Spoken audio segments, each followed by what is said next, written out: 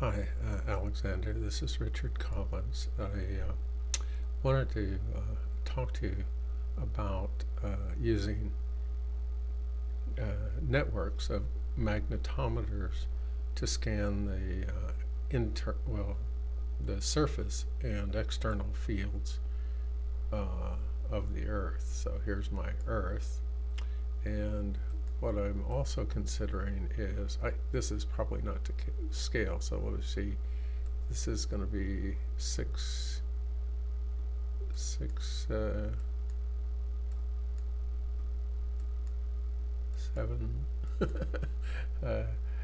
kilometers, and then another one.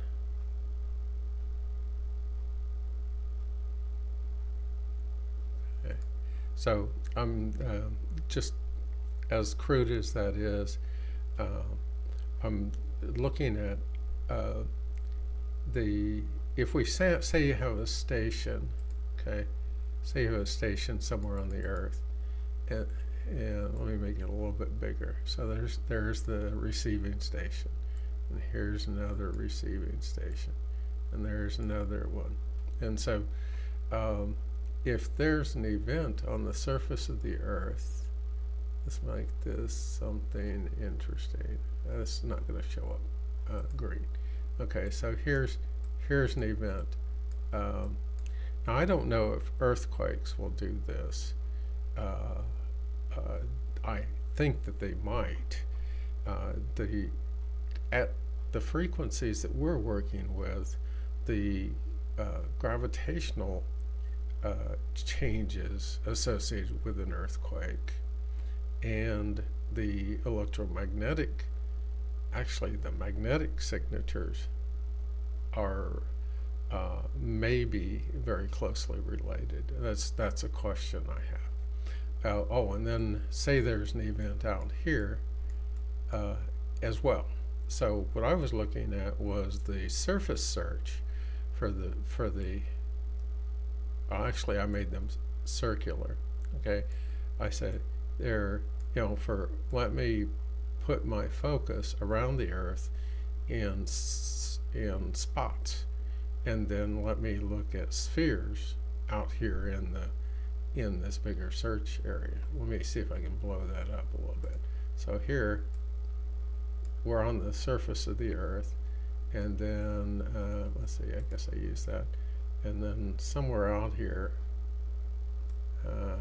is I used 1,000 kilometers. That was the sort of nominal ionosphere range, but they also said it went out to 2,000, and I just don't want to make the sheet too complicated, so I did that.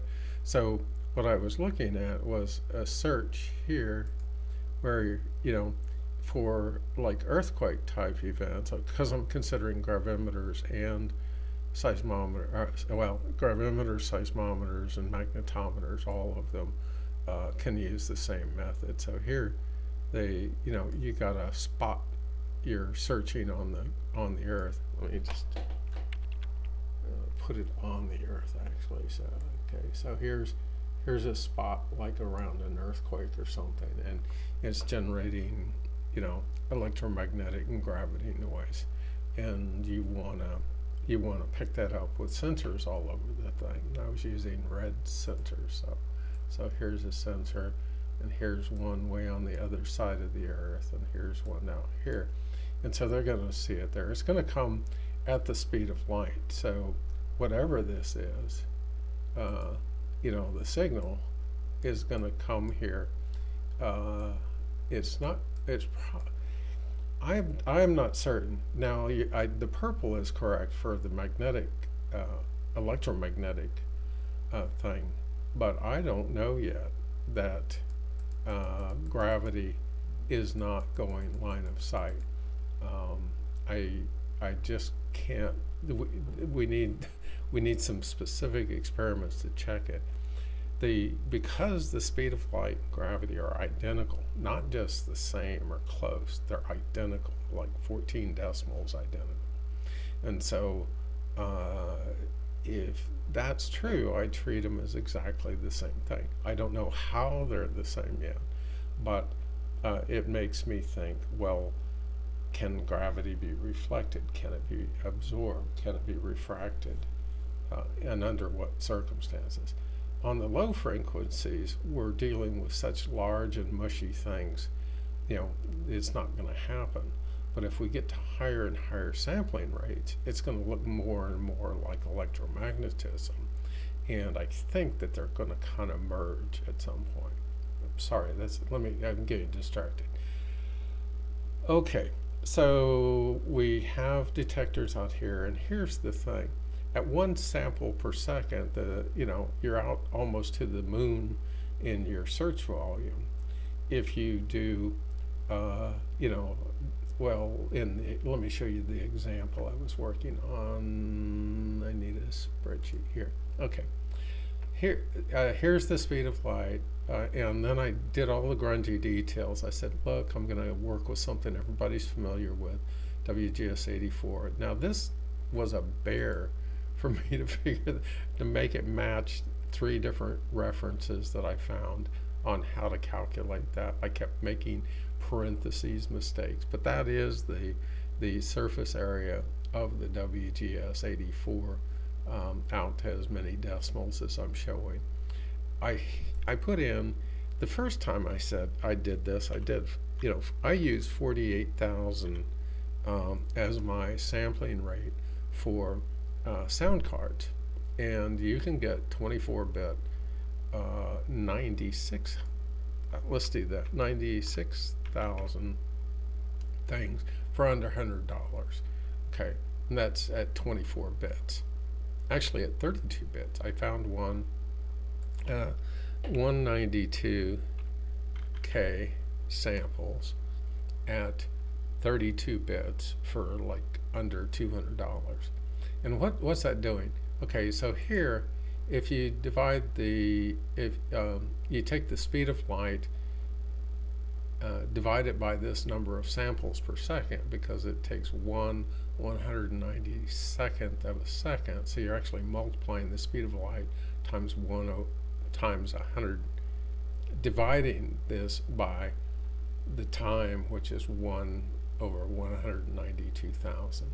Anyway, that gives you a resolution, and I think of it as a spot where the diameter is this, and then the area is just pi r squared, where there actually is pi d over 2 squared to get a spot size. So it's big.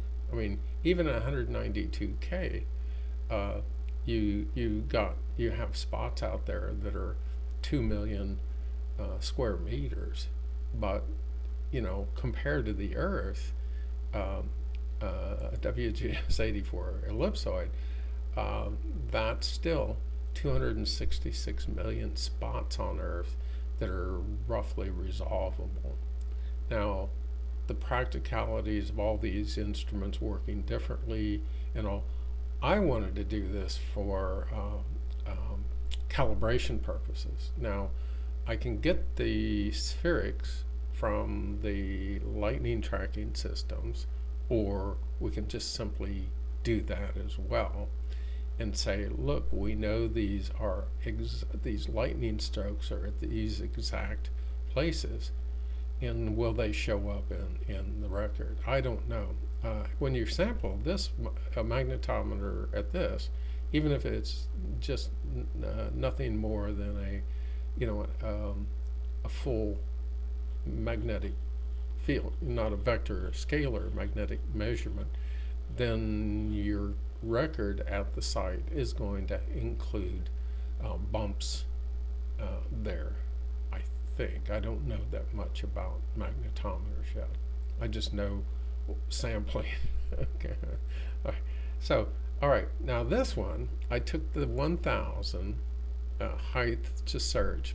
Remember in the diagram, I was going, I had a height in here that I was going, and I said the height from the 1,000 and most particularly, I did it at the equator, which is A, right? Is that right? A?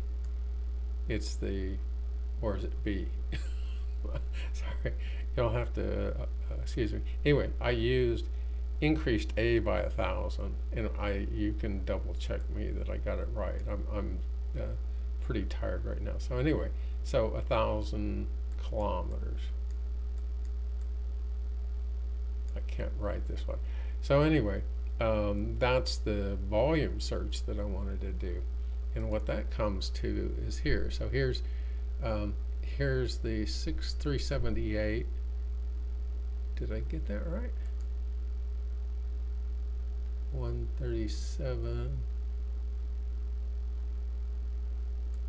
It should have B5. It should have been this.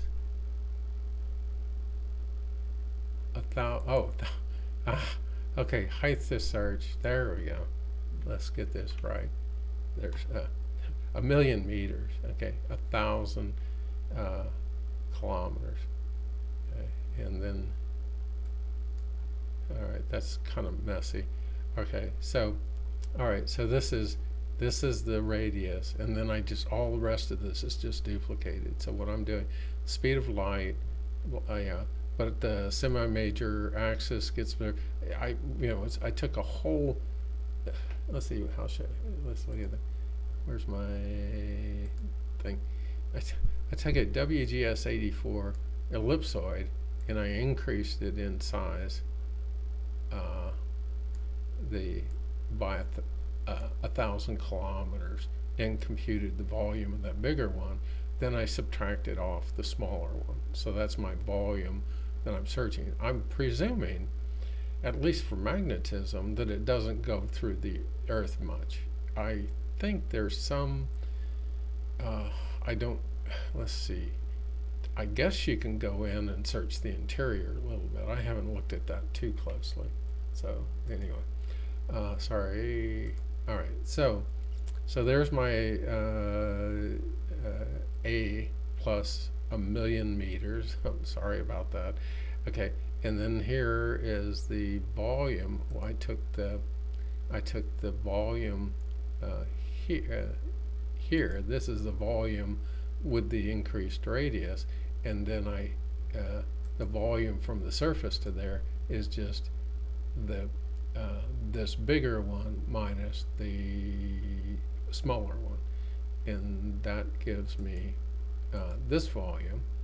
And then I computed the spherical volume of a spot with, for here, and then divided by the whole volume to search by that spot volume. And hopefully I did it all correct, and that's a lot of spots. But the thing is the events, there's only, say you have a big spike or something that occurs in all the stations simultaneously. With their sampling rate, they're actually able to resolve it into pieces down to, in the volume search, to 266 meters. And here, let's see, for the surface thing, about half, smaller than that. Let's see, you'll have to double check me. Same sampling right here. Is it? No, this is, this one I was looking at. Let's do the same. So this is 1,000,000 samples per second, a fairly low cost thing. They have chips like that all over the place. I found them up, chips, relatively low cost, up to a gigasample per second. That's where I want to go, because I want to isolate and locate the earthquakes very precisely. I want to get them down to meter resolution on where they're, where the noise is coming from, actually where the density changes are coming from. And it wouldn't be bad to monitor in real time earthquake seismic waves coming toward you, or tsunamis or something like that. I'm just getting started on that side of things. I can see them in my mind's eye. I just don't have the equipment and the methods to do that yet. We'll see. Okay, so anyway, so here, 7 million spots and 3 million spot volume. So it's just kind of a ballpark figure for what to search for. So I've known this for quite some time. I was doing just trying to see. I was trying to design an early warning method for earthquakes. The seismometer people. Let's see if I can draw another picture here or something. Okay, let's see if I can explain it. Okay, the superconducting gravimeters didn't see it because they don't look at the data very often. But someone noticed on one of the big earthquakes, like, okay, so here's a big earthquake, that the seismometer records were picking up the direct gravitational signal from the earthquake. Now, I don't know if they saw that directly through the earth or not. The timing would be hard to check because they don't sample that fast. They do, if you had some old records for 100 samples per second, you could chop this a little bit possibly and maybe make a try to see if there's some evidence that it went through rather than around. If it goes around, then it's magnetic. If it goes through, then it's gravitational. Pretty crude, but that seems to be the way it is. That's where my skill and ability is at the moment. Okay, so anyway, they found that, and the problem is they are 3-axis machines, but they're not sensitive enough as accelerometers, gravimeters. You need a gravimeter to see the gravity signal. What you have to do is take the broadband seismometers, differentiate the velocity signal to get the acceleration, and then decimate like crazy to get the signal smoothed out, and then you can use them as gravimeters. And I worked all that out to track the sun and the moon. I was trying. So here's the sun and the moon out here, and I used the changing tidal gravity at the stations to calibrate the instruments, both seismometers and gravimeters. That works pretty well. And there's a bunch of new instruments that are getting now, like MEMS chips, MEMS gravimeters, atomic chip gravimeters, atom interferometer gravimeters, and about 6 other technologies that I found, all that are capable of seeing the sun-moon signal. But it's still slow, and you need high sampling rate, 3-axis gravimeters to see the gravity signal, and it looks like you need the same thing for the magnetometers. And what I want to do is I want to find out where they overlap. Are they fundamentally the same thing or not? And I can't tell that right now. I mean, everything's mushy. I don't have a calibrated network for magnetometers. They aren't sampled very fast. The error budgets and the instruments to my way of thinking, they're not calibrated. Now, internally, they may know rings around me about what's going on, but just looking at them for this kind of application, it's mushy at the moment. So, okay, so what else can I say? So anyway,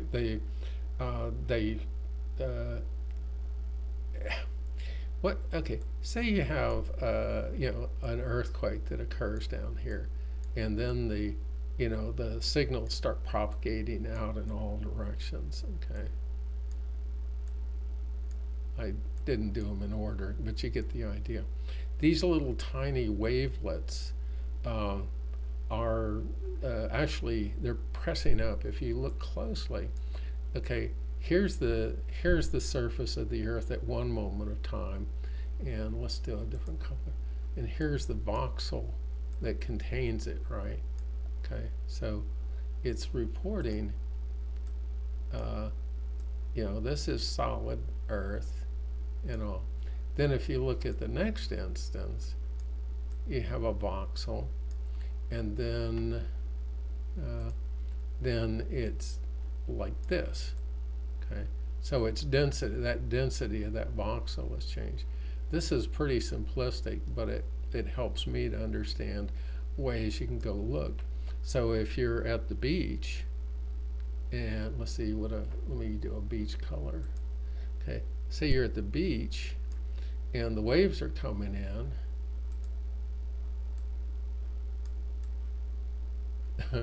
Sorry. Those are really terrible waves. In principle, what you can do is measure the actual, like a 3D camera system, to get the, to build a model of where the water is at each moment. You take the water and do the gravitational, effect at the sensor. I think I got distracted. What I was going to say, I'm doing this with backwards colors. So here's the voxel at one instance, and it's got water in it, and here's the vox. I can't draw them on top of each other, but you get the idea that it goes from air to water, and if you make those voxels small enough, you can get down and basically begin to play games with exactly they're all water is water, so it's fairly simple in terms of internal density, and you can like I say, you can put drones out here and monitor the shape of the water. You don't have to use visible light. You can use radar. There's all kinds of LiDAR and everything else you can fly on a drone now. So you could do this and calculate what the signal should be here. You put in a high sampling rate gravimeter, and it's going to be, you should be able to calibrate your gravimeter and check that the speed of gravity is correct there. I mean, that's basically, what is that? That's 1 gigasample per second. Should do, and was that 9.29 meters? I'm sorry, 29 centimeters. 30 centimeters. Okay, so all right, I double check me and everything. I'm really tired. Okay, so anyway, so there, that's roughly the game I'm trying to play right now, and the reason I'm showing it to Alex is because his let's see, Alex is working on a proton magnetometer and looking at higher sampling rates for it. He could do this as a prototype for a network of gravimeters, and some of the things he could learn might help them if they're going to try to do the same thing. So I think we could make some off-the-shelf boards, like an A to D board that has a nice amplifier stages in it, and then an A to D, so it puts out maybe 10 megasamples per second. I don't know, for a few dollars, and then you could at least try it and see, because even 1 megasample per second, where's my sheet, that's what this one, even one is 300 meter resolution. So you look at the whole surface of the Earth, and actually the volume above it, you can resolve a lot of spots and voxels to try to localize things. Now that group, Magnus, Super Magna, something, they're trying to do something. Oh, swarm. They want to get a complementary data set. What is it? I don't think it's maybe 100,000 or a couple of $100,000 they want to do, and so they're gonna offer a contest of some sort to review possible contractors, and they were gonna, I think 10 selected and 1,000. I don't know. They're trying to encourage the development of better instruments for magnetic observation, so they can calibrate the magnetic data for magnetic compasses. So the magnetometers in cell phones can get better directions about where they are from the magnetic data. I don't know it right offhand. You can do that with gravity signals, but the guys who are making the femto and pico meters per second squared type instruments haven't got them portable yet. Actually, they have atom chip designs that can reach that, but they can't get the sampling rates up high enough yet. So they can get, they have the sensitivity to do it. They just haven't combined sensitivity and sampling rate yet. So, but actually, you could sample one of those chips fast enough to use the sun and the moon for calibration. And if it's a 3-axis instrument or device, you can solve for orientation as well as position. So you could probably hack together a cell phone gravity-based GPS thing. Okay, I do it. Let's see if I can explain it. Okay, so when I was I did the I guess I don't really want to throw this away. Let me see if I can do something. Okay. All right. So let's do that. Let's get this size out here. Okay. So I started out with the superconducting gravimeters. Okay. And they are just vertical only. And I tried, even though I had a world of them and a few, vectors here and there, I couldn't make my brain figure out how to collect all those vectors to say, well, where's the sun? Okay, and actually you have to do it, where's the sun holding the moon constant, because they're conflated. You can't separate. I can't separate them.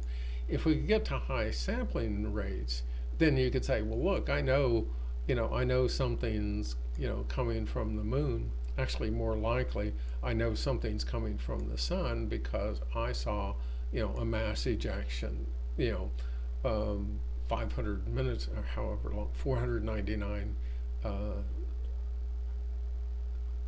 seconds ago. My brain is not working. So anyway, so the mass ejection occurs, the gravity signal comes here, and you can pick it up before, the slower protons and things. So before so, I really can't remember it. Okay, so anyway, the gravimeters were sensitive enough. They do a wonderful job fitting. 95% of the signal at the SG station is simply the sun and the moon, and all the rest of it there. And I don't have one easily available to show you, but I'll try so anyway, so I went and I did that. I processed all the data from all the SG for all the decades and years that they had it, and I convinced myself, yes, this method of calibrating works. And I played some games to see, well, suppose that this, the instrument's not exactly, lined up with the local gravity, can I do that? But I couldn't guarantee it, because I couldn't say, oh, how in the heck is this thing, done? So I went to the network for the seismometers, which,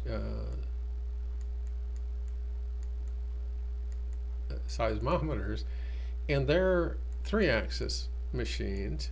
Okay, so I'll just draw that this way as a volume instead of a line. And so what I could do is solve back for these. If I hold, generally I've been holding the sun constant and solving for the moon. And if you say, well, I know precisely where the sun and the moon are, then you can actually say, well, let me solve for the orientation of the instrument and for its location. Because these things are, if you do a month's worth of data, like second data, even a day's worth of second data, it kind of locks us down. I play a really crude game. Okay, what I do is you can sort of just do, the PCs are so fast, I just let it search, let it search around the location and look for the lowest sum of squares for the residuals. It's crude beyond belief, but it's a start for that. The VLBI guys can run rings around me. I don't know, a thousandth of what they do, but if I could sort of demonstrate, well, look, you can get there. And I guess the message I want to say is that, using the sun and the moon for reference, you can go in there. Let me put a nice blue color around. You can go in there, and certainly you can calibrate the one axis of the SGs. I beg them to put the other axes in. I say, give me those other two axes, and samples per second. Give me a much higher sampling rate, and then those gravimeters would be golden. The MEMS guys are going to beat the pants off of them, and the other ones. Let's see what else. Oh, and then the atom chip. God, there are literally 30 technologies and hundreds of groups out there now, and I can't even keep up with them all. But the same message applies to them. They've reached the point where they've become gravimeters. Their MEMS sees the sun and the moon. So, okay, yes, okay, I can do that. If they would calibrate this way, then they can at least start worrying about other things. They say, look, I got it down, so here's my signal.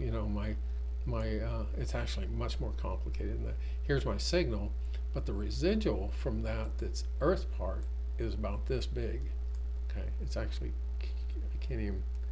Okay, which is it's 95% of the signal is taken out, and you get this just tiny residual, like 1 part in 20 or less.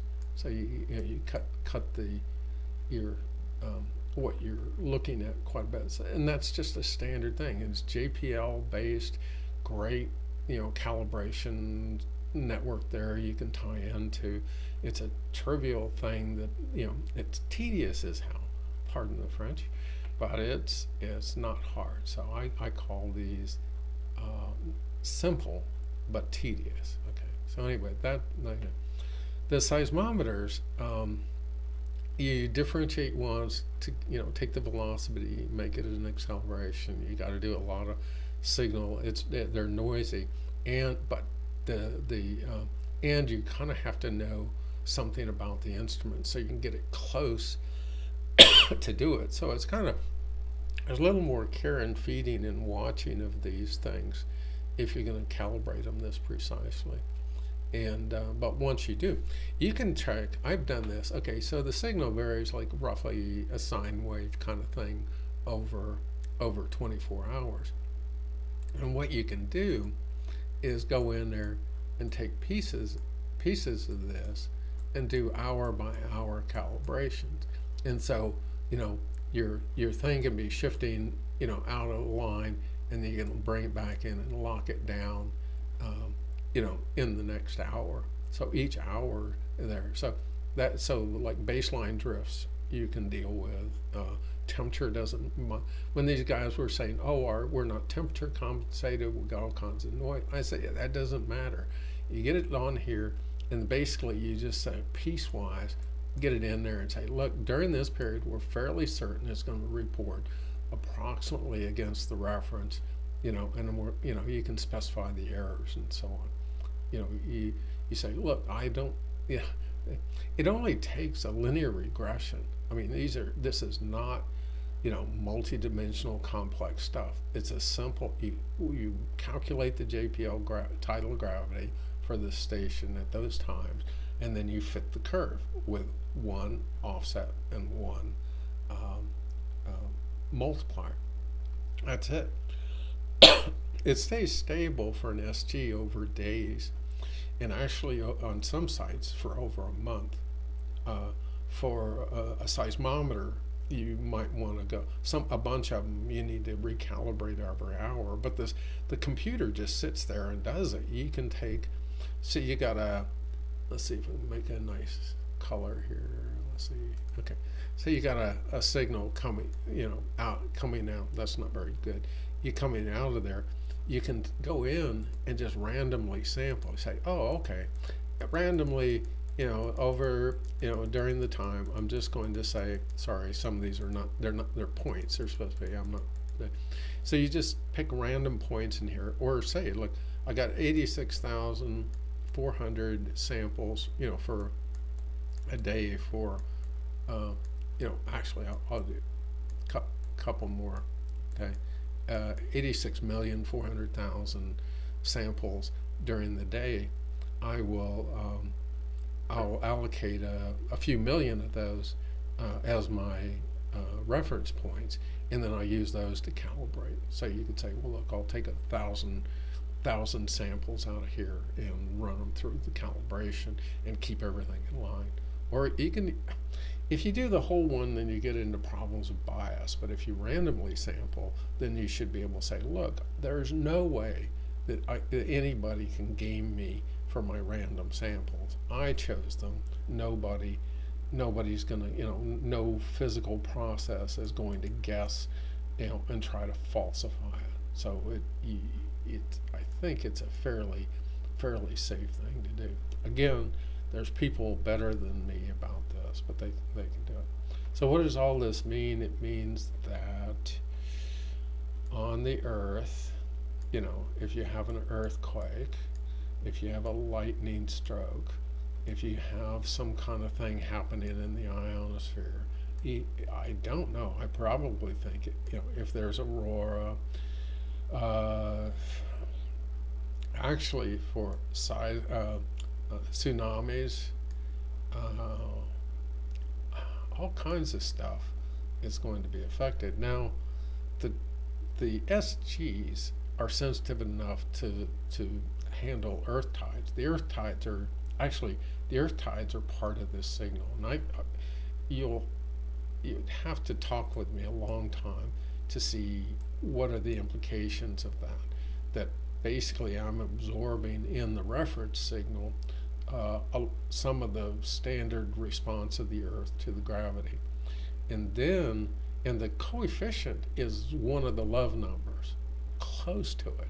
It's not exact, but if you say, well, look, I'm going to report all my data and my calibration numbers to everybody, and if we don't agree with it, we'll go back and reprocess all of it.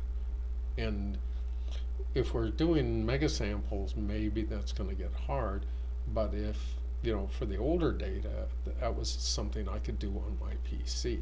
You know, I ran all the data there, and I could buy a bigger PC and say, or 10 of them, and say, oh, okay, let's process this. So the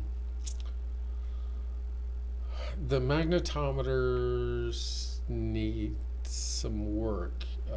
There's the optical methods for magnetometry are supposed to be way better, and they don't, you know, basically you're querying individual molecules and with known geometries, very precise geometries, and you do them in a liquid phase, or you lock them into a matrix, you know, like into a crystal, or you do gas phase. And so all those methods are just rushing forward.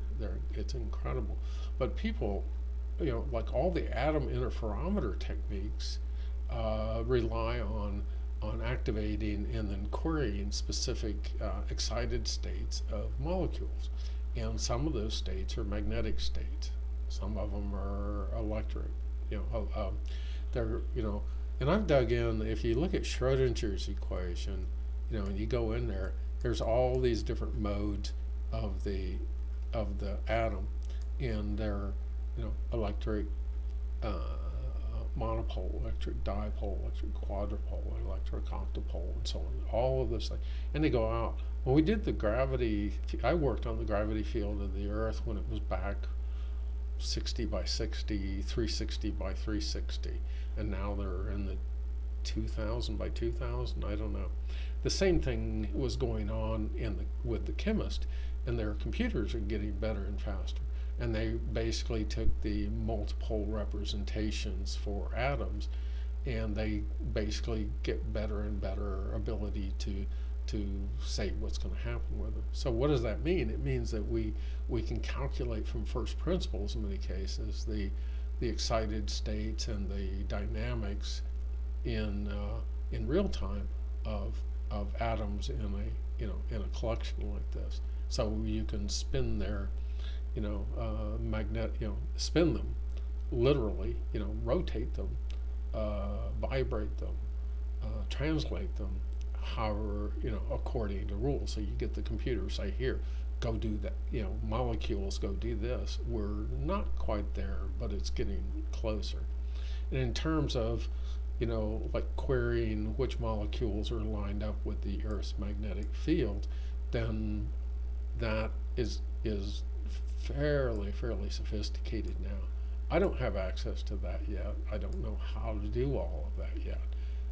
My years and years of studying spectroscopy and magnetic resonance makes me think that's probably a very, very good way to do it. And so anyway, I'll stop here.